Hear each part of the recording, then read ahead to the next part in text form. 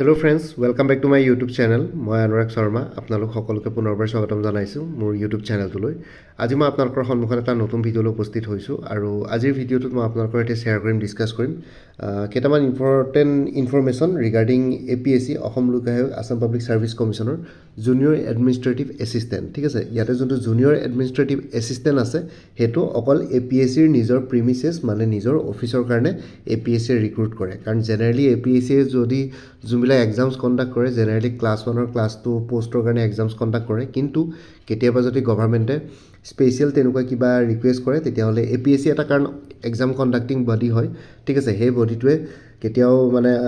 বেলেগ পষ্টিং বা প্ৰমোশ্যন সেইবিলাকৰ লগত একো কানেকশ্যন নাই, জাষ্ট এক্সাম কণ্ডাক্ট কৰি পেলাই ৰিক্ৰুট কৰিব লাগে। জেনেৰেলি চিভিল ছাৰ্ভিচেছ এক্সামিনেশ্যনৰ কাৰণে তেওঁলোকে ৰিক্ৰুইটমেণ্ট কৰে, কিন্তু বাকী যোনবিলাক ডিপাৰ্টমেণ্টেল এক্সামছ আছে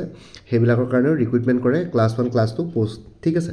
APSCয়ে এক্সাম কণ্ডাক্ট কৰে, ৰিক্ৰুইট কৰে। আৰু লগতে APSCৰ যোনটো জুনিয়ৰ এডমিনিষ্ট্ৰেটিভ এছিষ্টেণ্ট আছে সেইটো আণ্ডাৰ দি এষ্টাব্লিছমেণ্ট অফ APSCয়ে হয়। APSCৰ অফিচৰ ভিতৰতে আপোনালোকৰ পষ্টিং হয়। এতিয়া যদি চাওঁ ৰিচেণ্টলি 27 ফেব্ৰুৱাৰীত APSCৰ জুনিয়ৰ এডমিনিষ্ট্ৰেটিভ এছিষ্টেণ্টৰ ফাইনেল ৰিজাল্ট ডিক্লেয়াৰ কৰিলে। ইয়াতে আপোনালোকে নামসমূহ দেখিছে, ৰেংক 1ৰ পৰা ৰেংক 14লৈকে যোনখিনি আছে আৰু ইয়াতে ৰেংক 1 2 বুলি ইয়াতে তেওঁলোকে তেনেকুৱা ধৰণকৈ নাই, পজিশ্যন 1 2 3 4 ঠিকেই। ৰেংক 1 পজিশ্যন 1 যোনে হায়েষ্ট নম্বৰ পাইছে তেওঁ হ'ল অপৰ্ণা চৌধুৰী। ঠিক আছে, অৰিজিনেলি জেনেৰেল কেটেগৰী হয় আৰু অ'পেন কেটেগৰীতে তেওঁ পাইছে। নেক্সটজন হৈ গ'ল আদিত্য নায়ক, OBCৰ আছিলে কিন্তু অ'পেন কেটেগৰীত তেওঁ পাইছে। ঠিক তেনেদৰে তেনেকৈ আহি আছে। ইয়াৰ ভিতৰতে মই যদি চাওঁ এঞ্জেলিকা নাথ, তেওঁ মোৰ ইউটিউব চেনেলত তেওঁ জনাইছিলে বাৰু তেওঁ চিলেক্ট হৈছে বুলি। So' congratulations to all of you. আৰু বাকী যোনখিনি আছে ইয়াতে কেণ্ডিডেট আপোনালোকে যদি ভালকৈ চাই ইয়াতে যোনখিনি অৰিজিনেল যদি আমি জেনেৰেল কেটেগৰীৰ কথা কওঁ তেতিয়াহ'লে আপোনালোকৰ ইয়াতে জেনেৰেল কেটেগৰী মেইলৰ এজনো চিলেক্ট নহ'লে, দুগৰাকী ইয়াতে ফিমেল চিলেক্ট হৈছে জেনেৰেল কেটেগৰীৰ পৰা। বাকী মেক্সিমাম OBC কেটেগৰীৰ কেণ্ডিডেটছে ভাল মাৰ্কছ পাই পেলাই নিজকে জেনেৰেল কেটেগৰী বা অ'পেন কেটেগৰীলৈ ইয়াতে আপগ্ৰেড কৰিবলৈ সক্ষম হৈছে। ঠিক আছে, চ' এইখিনি আপোনালোকে কষ্ট কৰিছে কাৰণে ইমানখিনি হ'ল। বাকী এই ৰিজাল্টটোতো হৈ গ'ল, ডিক্লেয়াৰ কৰিলে। ইয়াত মই এই ভিডিঅ'টোত অকল ৰিজাল্টছৰ কথা নহয়, ৰিজাল্টছটো আপোনালোকে অলৰেডি পালে। মই জাষ্ট আৰু কেইটামান ইম্পৰ্টেণ্ট ইনফৰমেশ্যন দিব বিচাৰিছোঁ যে নেক্সট কি বুলি কয় জুনিয়ৰ এডমিনিষ্ট্ৰেটিভ এছিষ্টেণ্টৰ পৰীক্ষা কেতিয়া হ'ব বা কেনেকুৱা ধৰণৰ এক্সাম পেটাৰ্ণ হয় সেইটোৰ ওপৰত অলপ ডিছকাছ কৰি দিছোঁ, যাতে আপোনালোকে এইটোৰ ভিডিঅ'ৰ থ্ৰুৱেদি আপোনালোকে কিছুমান ইনফৰমেশ্যন পায়। যদি আমি ভালকৈ জুনিয়ৰ এডমিনিষ্ট্ৰেটিভ এছিষ্টেণ্টৰ ট্ৰেণ্ডটো চাওঁ তেতিয়াহ'লে আপোনালোকে দেখিছে জুনিয়ৰ এডমিনিষ্ট্ৰেটিভ এছিষ্টেণ্টৰ নেক্সট ৰিক্ৰুইটমেণ্ট হ'ব কেতিয়া পাৰে মই কৈ দিছোঁ। প্ৰিভিয়াছ ট্ৰেণ্ডটো যদি চাওঁ ইয়াৰ আগতে যদি এডভাৰটাইজমেণ্টৰ কথা কওঁ তেতিয়াহ'লে 1 জানুৱাৰী 2022ত এডভাৰটাইজমেণ্ট তেওঁলোকে ৰিলিজ কৰিছিলে। পৰীক্ষাটো পাতোতে এৰাউণ্ড এবছৰমান সময় লাগে। ঠিক আছে, 12 মাহৰ ভিতৰত তেওঁলোকে গোটেই ৰিক্ৰুইটমেণ্ট প্ৰচেছটো কমপ্লিট কৰে, কেতিয়াবা এবছৰতকৈ বেছিও সময় লাগি যায়। এইবাৰে যদি চাই তেতিয়াহ'লে 13 ডিচেম্বৰ 2024ত এডভাৰটাইজমেণ্ট ওলাইছিলে, কিন্তু এতিয়া ফাইনেল ৰিজাল্ট ডিক্লেয়াৰ কৰোঁতে 26 ফেব্ৰুৱাৰী পাই গ'লগৈ। মানে 13 ডিচেম্বৰ 2024 পৰা 2025 গোটেই বছৰটো লাগিলে 2026 ফেব্ৰুৱাৰীলৈকে পাই গ'ল। মানে 13-14 মান্থৰ ইয়াতে দৰকাৰ পৰিলে তেওঁলোকক গোটেই। ঠিক তেনেদৰে সেই জানুৱাৰীৰ 2022 1 জানুৱাৰী যোনটো এডভাৰটাইজমেণ্ট ওলাইছিলে সেইটো পৰীক্ষা কণ্ডাক্ট কৰোঁতে তেওঁলোকৰ অলপ টাইম লাগিছিলে গোটেই পৰীক্ষাটো কণ্ডাক্ট কৰোঁতে। আৰু গোটেই পৰীক্ষাটো কণ্ডাক্ট কৰি টাইম পিৰিয়ডটো যোৱাৰ পিছত তেওঁলোকৰ আকৌ নেক্সট এডভাৰটাইজমেণ্ট ওলোৱাৰ সময় হৈ যায়। এতিয়া যদি আমি এই ট্ৰেণ্ডটো যদি চাওঁ, প্ৰথম এডভাৰটাইজমেণ্টটো হ'ল 1 জানুৱাৰী 2022ত ওলাইছিলে। ঠিক আছে, তাৰ আগতে তাৰপিছত 13 ডিচেম্বৰ 2024 সেই সময়ছোৱাত আপোনালোকৰ টাইম পিৰিয়ডটো যদি চাই 2022 গোটেই বছৰটো লাগি গ'ল, 2023 গোটেই বছৰটো লাগি গ'ল, 2024 অলমষ্ট গোটেই বছৰটো লাগি গ'ল। চ' 3 বছৰৰ মূৰে তেওঁলোকে এডভাৰটাইজমেণ্ট উলিয়াইছে। যদি এই ট্ৰেণ্ডটো চাওঁ 13 ডিচেম্বৰ 2024 লাষ্ট এডভাৰটাইজমেণ্ট ওলাইছে জুনিয়ৰ এডমিনিষ্ট্ৰেটিভ এছিষ্টেণ্টৰ। এতিয়া নেক্সট যদি আমি সেই ট্ৰেণ্ডটো চাওঁ তেতিয়াহ'লে এডভাৰটাইজমেণ্ট ওলাব লাগে 13 ডিচেম্বৰৰ পৰা 2023 পৰা 25লৈকে এবছৰ, 13 ডিচেম্বৰ 2026লৈকে 2 বছৰ, আৰু 2027ত নেক্সট এডভাৰটাইজমেণ্ট ওলাব লাগে। এনেকুৱা নহয় যে 3 বছৰে ল'ব, কেতিয়াবা অলপ গেপটো কমি যাব পাৰে, কিন্তু এনেই জেনেৰেলি 2 to 3 years দৰকাৰ পৰে। চ' নেক্সট এডভাৰটাইজমেণ্ট আপোনালোকে এক্সপেক্ট কৰিব পাৰে 2027ত। 2026ত এডভাৰটাইজমেণ্ট এক্সপেক্ট নকৰিব, কাৰণ ইয়াতে গেপ যিহেতু পৰীক্ষা পাতোতে এডভাৰটাইজমেণ্টৰ পৰা একদম পৰীক্ষা পাতালৈকে যিহেতু অকণমান টাইম লাগে 12 to 14 months, চ' সেইটো সময়ছোৱাতে বহুতখিনি সময় গুচি যায়। চ' নেক্সট আৰু 14 মাহ হোৱাৰ পিছত আৰু 2 বছৰ হ'বলৈ বেছি দিন নাথাকে, তাৰপিছত 3 বছৰৰ ভিতৰতে নেক্সট ৰিক্ৰুইটমেণ্টৰ এডভাৰটাইজমেণ্ট ওলাই যায়। আৰু এডভাৰটাইজমেণ্ট দিয়াৰ পাছতো পৰীক্ষা কণ্ডাক্ট কৰোঁতে 6 months 8 months সময় লাগি যায় ফাৰ্ষ্ট যোনটো কি বুলি কয় ষ্টেজ 1 আছে। চ' সেইটো কাৰণে সেইটোত সময়ছোৱাত এতিয়া যদি মই নেক্সট আপোনালোকৰ ৰিক্ৰুইটমেণ্ট ৰিক্ৰুইটমেণ্ট কেতিয়াও আহিব বুলি কওঁ তেনেহ'লে নেক্সট 2027ত আহিব আৰু এনেকুৱা নহয় যে 2027তে আহিবই লাগিব জুনিয়ৰ এডমিনিষ্ট্ৰেটিভ এছিষ্টেণ্টৰ পৰা যিসকলে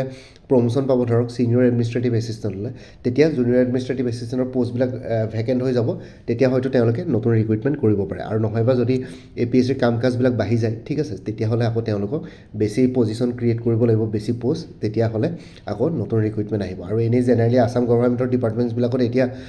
জেনেৰেলি পষ্ট আৰু ক্ৰিয়েট কৰিব কাৰণ অসমৰ পপুলেশ্যন বাঢ়ি গৈ আছে বহুত মানুহক চোৱা চিতা কৰিব লাগিব বেছিকৈ কামৰ প্ৰেছাৰ বাঢ়িব চ' সেইটো কাৰণে পষ্টবিলাক প্ৰত্যেকটো ছাৰ্ভিচ কেডাৰ বা ডিপাৰ্টমেণ্টৰ পষ্টবিলাক ইনক্ৰিজ কৰিছে চ' সেইটো কাৰণে আপোনালোকে জুনিয়ৰ এডমিনিষ্ট্ৰেটিভ এছিষ্টেণ্টৰ এডভাৰটাইজমেণ্ট এইটো বছৰ নহ'লেও 2027ৰ একেবাৰে লাষ্টৰ ফালে নহয় 2027ৰ হয়তো আগৰ ভাগতে এডভাৰটাইজমেণ্ট এক্সপেক্ট কৰিব পৰীক্ষা পাতোতে 2027ৰ লাষ্টত বা 2028 পাবগৈ পাৰে কিন্তু 2027ৰ ষ্টাৰ্টিং ভাগতে আপোনালোকে পৰীক্ষা এক্সপেক্ট কৰিব পাৰে জুনিয়ৰ এডমিনিষ্ট্ৰেটিভ এছিষ্টেণ্টৰ ঠিক আছে আৰু বহুতবিলাক জুনিয়ৰ এডমিনিষ্ট্ৰেটিভ এছিষ্টেণ্টৰ পৰা ছিনিয়ৰ এডমিনিষ্ট্ৰেটিভ এছিষ্টেণ্ট তাৰপিছত চাগে কি বুলি কয় চুপ্ৰিটেণ্ডেণ্টৰ পষ্টটো পায় চুপ্ৰিটেণ্ডেণ্টৰ যোনটো পষ্ট আছে সেইটো একচুৱেলি ক্লাছ 2 গেজেটেড অফিচাৰ যেনেকৈ আমাৰ এক্সাইজ ইনস্পেক্টৰ পুলিচ ইনস্পেক্টৰ সেই ইনস্পেক্টৰবিলাকৰ ৰেংকৰ সেই পষ্টটো থাকে চুপ্ৰিটেণ্ডেণ্টটো ইয়াতে চুপ্ৰিটেণ্ডেণ্ট মানে পুলিচৰ এছপিৰ নিচিনা নহয় ঠিক আছে তেনেকুৱা ধৰণৰ নহয় ইয়াতে চুপ্ৰিটেণ্ডেণ্টটো এটা ক্লাছ 2 গেজেটেড অফিচাৰৰ পষ্ট হয় মানে ইনস্পেক্টৰ ৰেংকৰ ইয়াতে পষ্ট পায় ঠিক আছে জুনিয়ৰ এডমিনিষ্ট্ৰেটিভ এছিষ্টেণ্টৰ পৰা আৰু লগতে যদি আমি এক্সাম পেটাৰ্ণটোৰ কথা কওঁ এক্সাম পেটাৰ্ণটোৰ কথা মই আপোনালোকক ডিছকাছ কৰি আছোঁ তাৰ আগতে আপোনালোকক কৈ দিছোঁ আপোনালোকে যদি কোনোবাই কি বুলি কয় অন্য আপকামিং এক্সামছবিলাকৰ কাৰণে প্ৰিপেৰেশ্যন কৰি আছে তেনেহ'লে মোৰ ওচৰত কিছুমান কোৰ্চেছ এভেইলেবল আছে কোৰ্চ মেটেৰিয়েলছবিলাক আপোনালোকে PDF-ত পাই যাব লগতে মেথছ এপ্টিটিউড ৰিজনিংবিলাকৰ কাৰণে step by step explanation formula পাই যাব এজ পাৰ অফিচিয়েল চিলেবাছ যিমানখিনি দৰকাৰ পৰে সিমানখিনি আছে জিকে হওক ইংলিছে হওক কাৰেণ্ট এফেয়াৰ্ছে হওক মেথছ এপ্টিটিউড ৰিজনিং গোটেইবিলাক বস্তু আছে গুৱাহাটী হাইকোৰ্টৰ কাৰণে আছামিজ ছেকশ্যন ইংলিছ ছেকশ্যন সেইবিলাকো পাই যাব ঠিক আছে চ' গুৱাহাটী হাইকোৰ্টৰ জুডিচিয়েল এছিষ্টেণ্টৰ ফুল কোৰ্চ এভেইলেবল আছে 350ত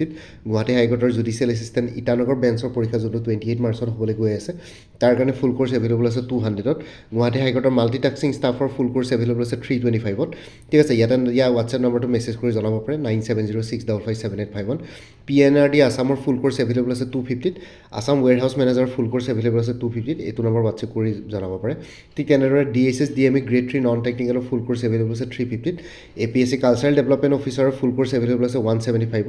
কটন ইউনিভাৰ্চিটিৰ IIT গুৱাহাটী জুনিয়ৰ এছিষ্টেণ্টৰ ফুল কোৰ্চ এভেইলেবল আছে 300ত আৰু ADRE 3.0 ফুল কোৰ্চ এভেইলেবল আছে 300 এইটো নম্বৰ হোৱাটছএপ কৰিব পাৰিব 9706557851 বাকী আমি যদি আকৌ ভিডিঅ'টোলৈ ঘূৰি যাওঁ তেতিয়াহ'লে আপোনালোকে দেখিব ইয়াতে যোনটো জুনিয়ৰ এডমিনিষ্ট্ৰেটিভ এছিষ্টেণ্টৰ চিলেকশ্যন প্ৰচেছ আছে সেইটো অকণমান টানে হয় একেবাৰে ইজি নহ'ব আপোনালোকৰ APSCৰ কম্বাইন কম্পিটিটিভ এক্সামিনেশ্যন দিয়াৰ নিচিনাই লাগিব ঠিক আছে ইয়াতে ফেজ 1ত এটা স্ক্ৰিনিং টেক্সট আহিব OMR বেছ ইয়াতে কিবা OMR চিটত আপোনালোকে দিব লাগিব মাল্টিপল চইচ কুৱেশ্যনছ আহিব এটা কুৱেশ্যনৰ এগেইনষ্টে 4টা অপশ্যন থাকিব যোনটো অপশ্যন কি বুলি কয় 4টা অপশ্যনৰ ভিতৰত আপোনালোকে যিকোনো এটা শুদ্ধ অপশ্যন চুজ কৰিব লাগিব ঠিক আছে ইয়াতে যদি জেনেৰেল ষ্টাডিজৰ যদি গোটেইখিনি চিলেবাছ চাওঁ current affairs Assam history Indian history national movement geography India and Assam economy of India and Assam Indian polity and constitution of India numerical ability general mental ability sports book authors and important people of Assam literature culture and festivals of Assam ঠিক আছে এই চিলেবাছখন যদি চাওঁ তেতিয়াহ'লে কোনোবাই যিসকলে APSCৰ junior administrative APSCৰ কাৰণে combine competitive examination প্ৰিলিমছৰ কাৰণে প্ৰিপেৰেশ্যন কৰি আছে তেওঁলোকৰ কাৰণে এই যোনটো এক্সাম পেটাৰ্ণ আছে সেইটো তেওঁলোকৰ কাৰণে ইজি হ'ব চ' সেইটো মতে প্ৰিলিমছৰ কাৰণে যদি কোনোবাই প্ৰিপেৰেশ্যন কৰি আছে কম্বাইন কম্পিটিটিভ এক্সামিনেশ্যনৰ তেতিয়াহ'লে জুনিয়ৰ এডমিনিষ্ট্ৰেটিভ এছিষ্টেণ্টৰ OMR বেছ স্ক্ৰিনিং টেষ্টৰ কাৰণে আপোনালোকৰ কভাৰ অলমষ্ট হৈ যায় GS 1খনৰ নিচিনা একেই চিলেবাছ হয় খালি ইয়াতে 100 মাৰ্কছ থাকে পাৰ কুৱেশ্যন 1 মাৰ্কে থাকে 2 আৱাৰ্ছৰ ইয়াতে পৰীক্ষা ঠিক আছে আৰু অকল কম্বাইন কম্পিটিটিভ এক্সামিনেশ্যন নহয় আপোনালোকে যিসকলে বাকী অন্য এক্সামছবিলাকৰ কাৰণে প্ৰিপেৰেশ্যন কৰি আছে যেনেকৈ DSS DME ঠিক আছে সেইবিলাক পৰীক্ষাৰ কাৰণে প্ৰিপেৰেশ্যন কৰা সকলৰ এই যোনটো কি বুলি কয় ফেজ 1ৰ পৰীক্ষা আছে তাৰ কাৰণে চিলেবাছটো মৰলেছ কভাৰ হৈ যাব ঠিক আছে চ' সেইটো হৈ গ'ল নেক্সটটো হৈ গ'ল ফেজ 1ৰ পাছত নেক্সটটো হৈ গ'ল ফেজ 2 ঠিক আছে ফেজ 2ত আপোনালোকৰ থাকিব যিসকলৰ ফেজ 1ৰ পাৰফৰ্মেঞ্চ ভাল হ'ব কাট অফ মাৰ্কছত থাকিব তেওঁলোকক নেক্সট ফেজ 2 কনভেনশ্যনেল টাইপ বা ৰিটেন এক্সামিনেশ্যনৰ কাৰণে ইয়াতে মাতা হ'ব চিলেক্ট কৰা হ'ব চ' ইয়াতে ফেজ 2ত আপোনালোকৰ থাকিব জেনেৰেল ইংলিছ 100 মাৰ্কছৰ 3 আৱাৰ্ছৰ ইয়াতে আপোনালোকে মাল্টিপল চইচ কুৱেশ্যন নহয় লিখিব লাগিব ঠিক আছে লিখিব লাগিব মানে আপোনালোকে সেইখিনি কুৱেশ্যন এনচাৰ্ছ কৰিব লাগিব ৰিপৰ্ট ৰাইটিং আহিব কম্প্ৰিহেনশ্যন আহিব গ্ৰামাৰ আহিব ইংলিছ ঠিক আছে সেইখিনি বস্তু আহিব তাৰপিছত জেনেৰেল আছামিজ বা এল্টাৰনেটিভ ইংলিছ আছে কোনোবাই যদি অসমীয়া ল'ব বিচাৰে অসমীয়া ল'ব পাৰে কোনোবাই যদি ইংলিছ ল'ব বিচাৰে এল্টাৰনেটিভ ইংলিছ ইয়াতে ল'ব পাৰে 1.5 ঘণ্টাৰ পৰীক্ষা হ'ব 50 মাৰ্কছৰ ইয়াতো আপোনালোকে লিখিব লাগিব তাতে হয়তো অসমীয়া কিবা কিবি যে এল্টাৰনেটিভ ইংলিছৰ ধৰক কম্প্ৰিহেনশ্যনৰ টাইপৰ বা কিবা কম্প্ৰিহেনশ্যনটো অলৰেডি জেনেৰেল ইংলিছত ইয়াতে ইনক্লুডেড আছে কিন্তু যদি ইয়াতে যদি কুৱেশ্যনৰ কথা কওঁ তেতিয়াহ'লে এল্টাৰনেটিভ ইংলিছ আপোনালোকৰ হাই ছেকেণ্ডেৰী ফাৰ্ষ্ট ইয়েৰ ছেকেণ্ড ইয়েৰৰ যোনবিলাকৰ কলেজত আছিলে বা জেনেৰেল আছামিছ আছিলে তেওঁলোকৰ যেনেকুৱা চিলেবাছ আছিলে ধৰক বেছিকলি কি আহে আৰু ইংলিছত সেই এছে ৰাইটিং ৰিপৰ্ট ৰাইটিং সেই তেনেকুৱা ধৰণৰে থাকে ইয়াতো এল্টাৰনেটিভ ইংলিছত মৰলেছ তেনেকুৱাই থাকিব এতিয়া কোনোবাই যদি আগতে জে পৰীক্ষা দিছে তেওঁলোকে গম পাব কেনেকুৱা ধৰণৰ কুৱেশ্যনছ আহিছিলে আৰু লগতে নেক্সটটো হৈ গ'ল লাষ্টৰটো প্ৰিচি ৰাইটিং ড্ৰাফটিং আৰু জেনেৰেল নলেজ ঠিক আছে ইয়াতে 200 মাৰ্কছৰ পৰীক্ষা হ'ব 3 আৱাৰ্ছৰ ইয়াতে প্ৰিচি ৰাইটিং আহিব ড্ৰাফটিং আহিব আৰু জেনেৰেল নলেজৰ কিছুমান কুৱেশ্যনছ ইয়াতে আপোনালোকৰ সোধা হ'ব জেনেৰেল নলেজ মানে এটা ভাষ্ট চিলেবাছ ইয়াতে history geography polity economy current affairs science and technology environment and ecology গোটেইবিলাক বস্তু ইয়াতে ইনক্লুডেড থাকিব চ' এইটো হৈ গ'ল ছেকেণ্ড ষ্টেজ তাৰপিছত যাৰ পাৰফৰ্মেঞ্চ ভাল হ'ব ছেকেণ্ড ষ্টেজত ফেজ 2ত নেক্সটটো হৈ গ'ল কম্পিউটাৰ প্ৰেক্টিকেল টেষ্ট আৰু ইণ্টাৰভিউ ঠিক আছে ফেজ 3টোত কম্পিউটাৰ প্ৰেক্টিকেল টেষ্ট আৰু ইণ্টাৰভিউ থাকিব কম্পিউটাৰ প্ৰেক্টিকেল টেষ্টত আপোনালোকৰ 50 মাৰ্কছ থাকিব 1.5 ঘণ্টাৰ আৰু ইণ্টাৰভিউ থাকিব 48 মাৰ্কছৰ ঠিক আছে চ' ইয়াতে আপোনালোকৰ ফাইনেল চিলেকশ্যন হ'ব on the basis of phase 2 আৰু phase 3 phase 2 written exam plus phase 3 computer practical test আৰু ইণ্টাৰভিউ মানে টোটেল 350 448 মাৰ্কছৰ ভিতৰত আপোনালোকৰ কাৰ কিমান স্ক'ৰ হয় সেইটো ভিত্তিত ফাইনেল চিলেকশ্যন ইয়াতে কৰা হয় চ' কম্পিউটাৰ যোনটো এক্সামিনেশ্যন প্ৰচেছ হৈছে সেইটো অকণমান দীঘলীয়া হয় প্ৰচেছটো তথাপিতো আপোনালোকে যিসকলে পৰীক্ষা দিম বুলি ভাবিছে তেওঁলোকে দিব পাৰে এইটো হৈ গ'ল চিলেকশ্যন প্ৰচিডিউৰ ঠিক আছে চ' এতিয়ালৈকে এডভাৰটাইজমেণ্ট ওলোৱা নাই তথাপিতো আপোনালোকে যদি ফাৰ্ষ্ট পেজৰ কাৰণে প্ৰিপেৰেশ্যন কৰিম বুলি ভাবি প্ৰিপেৰেশ্যন কৰিব পাৰে ইয়াতে আপোনালোকৰ যিমানখিনি যিসকলে অন্য কম্পিটিটিভ এক্সামছৰ কাৰণে প্ৰিপেৰেশ্যন কৰি আছে লাইক ADRE আৰু অন্যান্য তেনেকুৱা এক্সামছবিলাক Assam police DSS DME Guwahati high court APSC departmental exams তেওঁলোকৰ কাৰণে এইখিনি বস্তু কভাৰ হৈ যাব আৰু লগতে আপোনালোকক যদি লাগে ষ্টাডি মেটেৰিয়েলছ তেতিয়াহ'লে ময়ো দিব পাৰিম মোৰ যোনবিলাক কোৰ্চৰ কথা ক'লোঁ সেইবিলাকতো আপোনালোকে একেখিনি ষ্টাডি মেটেৰিয়েলছে পাই যাব এইখিনি আপোনালোকে তাৰ পৰা ল'লেও ইয়াতে কভাৰ হৈ যাব যিকোনো এটা কোৰ্চ উঠাই ল'লে মানে আপোনালোকৰ এইখিনি বস্তু কভাৰ হৈ যাব ঠিক আছে চ' এইখিনি জনাবৰ কাৰণে ভিডিঅ'টো বনালোঁ বাকী আপোনালোকৰ কাৰোবাৰ যদি কিবা কুৱেশ্যন থাকে মোক সুধিব পাৰিব আৰু লগতে বাকী যদি আৰু অন্য যোনখিনি ষ্টাডি মেটেৰিয়েলছ আছে সেইখিনি যদি কথা কওঁ তেতিয়াহ'লে আপোনালোকে ইয়াতে ADRE 3.0 ফুল কোৰ্চ এভেইলেবল আছে 300ত BTC ফৰেষ্টাৰ আৰু ফৰেষ্ট গাৰ্ডৰ ফুল কোৰ্চ এভেইলেবল আছে 275ত Assam police sub inspector assistant jailer forester constable grade 4 অন্যান্য পষ্টসমূহৰ কাৰণে ফুল কোৰ্চ এভেইলেবল আছে 300ত আছাম কম্পিটিটিভ এক্সামছ বুলি এটা কোৰ্চ এভেইলেবল আছে সেইটো 400 ৰুপিছত এভেইলেবল আছে ইয়াতে অসমৰ যিকোনো কম্পিটিটিভ এক্সামছ কভাৰ হৈ যাব like DSS DME ADRE Assam police Guwahati high court APSC department exams সেইবিলাক কভাৰ হৈ যাব লগতে প্ৰিভিয়াছ ইয়েৰ কুৱেশ্যন পেপাৰ্ছ বহুতখিনি ইয়াতে ইনক্লুডেড আছে APSC CDPৰ এটা ফুল কোৰ্চ এভেইলেবল আছে ইংলিছ আৰু জেনেৰেল নলেজৰ ওপৰত 200ত এইটো নম্বৰ হোৱাটছএপ কৰিব পাৰিব CBDৰ ওপৰত পষ্ট এইটো বছৰ ওলাব বুলি ভাবিছোঁ 9706557851 APSC ৰিচাৰ্চ এছিষ্টেণ্ট ফাইনেন্স বাজেটৰ ফুল কোৰ্চ এভেইলেবল আছে 300ত এইটো নম্বৰ হোৱাটছএপ কৰিব পাৰিব 9706557851 আচ্ছা মই আৰু এটা কথা ক'বলৈ পাহৰিলোঁ ইয়াতে যোনখন ৰিজাল্ট দিছে সেইটোত আপোনালোকে ডেটটো দেখিছে 27 জানুৱাৰী 2026 বুলি লিখিলে একচুৱেলি 27 জানুৱাৰী নহয় 27 ফেব্ৰুৱাৰী হ'ব এইটোৰ ৰেটিফাই কৰি পেলাই APSC এটা নটিফিকেশ্যনো দিছিলে বাৰু তেওঁলোকৰ অফিচিয়েল ৱেবছাইটত চ' মই সেইটো আপোনালোকক ক'বলৈ পাহৰিলোঁ এইটো এনেকুৱা নাভাবিব যে এই নটিছখন ফেক হয় 27 জানুৱাৰী জেগাত 27 ফেব্ৰুৱাৰী হ'ব লাগিছিলে তেওঁলোকে সেইটো ৰেটিফাই কৰিলে ঠিক আছে আৰু বাকী আপোনালোকৰ যদি APSC ৰিচাৰ্চ এছিষ্টেণ্ট ফাইনেন্স বাজেটৰ ফুল কোৰ্চ এভেইলেবল আছে 300ত আৰু 34খন প্ৰিভিয়াছ ইয়েৰ কুৱেশ্যন পেপাৰ্ছৰ ছেটছ এভেইলেবল আছে বিভিন্ন ধৰণৰ কম্পিটিটিভ এক্সামছ লাইক APSC হাইকোৰ্ট DSS DME ADRE Assam police সেইবিলাকৰ উইথ এনচাৰ কিজ 125 ৰুপিছত এইটো নম্বৰ হোৱাটছএপ কৰি জনাব পাৰে 9706557851 কাৰেণ্ট এফেয়াৰ্ছ আৰু এক্সাম অৰিয়েণ্টেড মেথছ এপ্টিটিউড আৰু reasoning with step by step এক্সপ্লেনেশ্যনৰ ফৰ্মুলা এভেইলেবল আছে 100 ৰুপিছত এইটো নম্বৰ হোৱাটছএপ কৰিব পাৰিব 9706557851 এনেইতো কাৰেণ্ট এফেয়াৰ্ছ আৰু exam oriented maths aptitude numericals কোৰ্চবিলাকত ইনক্লুডেড আছে কোনোবাই যদি বেলেগকৈ ল'ব বিচাৰে মোক মেছেজ কৰি জনাব পাৰে APSC forest ranger soil conservation ranger full course available আছে ইংলিছ আৰু জেনেৰেল নলেজৰ ওপৰত 350ত এইটো নম্বৰ হোৱাটছএপ কৰিব পাৰিব 9706557851 আছাম এগ্ৰিকালচাৰ ইউনিভাৰ্চিটিৰ নন টিচিং পষ্টবিলাকৰ কাৰণে ফুল কোৰ্চ এভেইলেবল আছে 300ত এইটো নম্বৰ হোৱাটছএপ কৰিব পাৰিব 9706557851 APSC assistant engineer junior engineer full course available আছে জেনেৰেল ষ্টাডিজ আৰু ইংলিছ গ্ৰামাৰৰ ওপৰত 250ত এইটো নম্বৰ হোৱাটছএপ কৰিব পাৰিব 9706557851 আপডেটেড কাৰেণ্ট এফেয়াৰ্ছবিলাক মোৰ পৰা কোৰ্চ লৈ লাইফ টাইম পাই থাকিব তাৰ কাৰণে কোনো ফাৰ্ডাৰ পে'মেণ্ট কৰিব নালাগে প্ৰত্যেক মাহৰ বিগিনিং বা ষ্টাৰ্টিঙতে এটা ৰিমাইণ্ডাৰ মেছেজ দিলেই হ'ল যে প্ৰিভিয়াছ মান্থ বা লাষ্ট মান্থৰ কাৰেণ্ট এফেয়াৰ্ছ লাগে মই লগে লগে আপোনালোকৰ সৈতে শ্বেয়াৰ কৰি দিম